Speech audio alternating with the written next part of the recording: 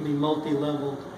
And when people have grace in dealing with the most painful situations, you know it. They have a way of, it's almost like somebody doing ballet. They know how to do it gracefully. It's true. And you know they have, but the important thing is, what they have, we can learn. Mm-hmm. This can be taught. This is not magical stuff that only a few people have. These are human skills.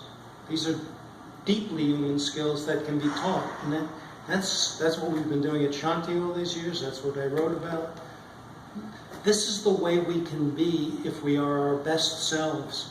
You know, if there's a secret of the book, it's that these commitments that you talked about, that I talked about in the book, these commitments are not only commitments at the end of life. Many of them are the best way to be in life. I was going to be, you anticipated one of my questions, is because I'm reading about how you talk about how we can learn to express our love for each other, not let our guilt or our anger or get in the way of connecting, and being graceful and listening actively and touching and holding hands. I thought, well, that wouldn't be a bad way to relate to people generally, It would be a pretty good life if, so in a sense, and I sort of read it that way, so it's cool to hear you say it, but I read it that way as sort of, in a way, like a model for us. It's sort of in this very compressed time and very intense time that's something that we can learn.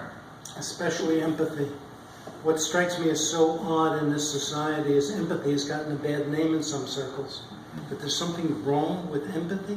One of the highest human qualities of all, the ability to imaginatively get inside the other person's experience and understand it from the inside, at least to some degree.